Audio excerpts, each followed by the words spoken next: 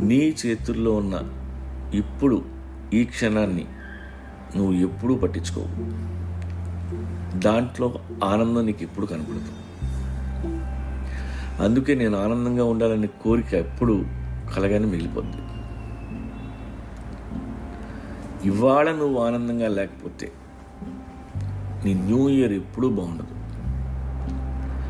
అలాగే రేపటి ఆనందం కోసం ఎదురు చూస్తూ బతుకుతున్నావు అంటే అర్థం ఏంటి?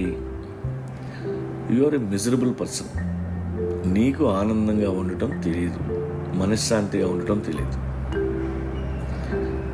ఈ సంవత్సరం కాకపోతే నెక్స్ట్ ఇయర్ ఏదో రోజు నేను బాగుంటానులే, కష్టాలు తీరిపోతాయిలే అని అనుకుంటూ బతకటం. ఆ రోజు ఎప్పుడూ రాదు.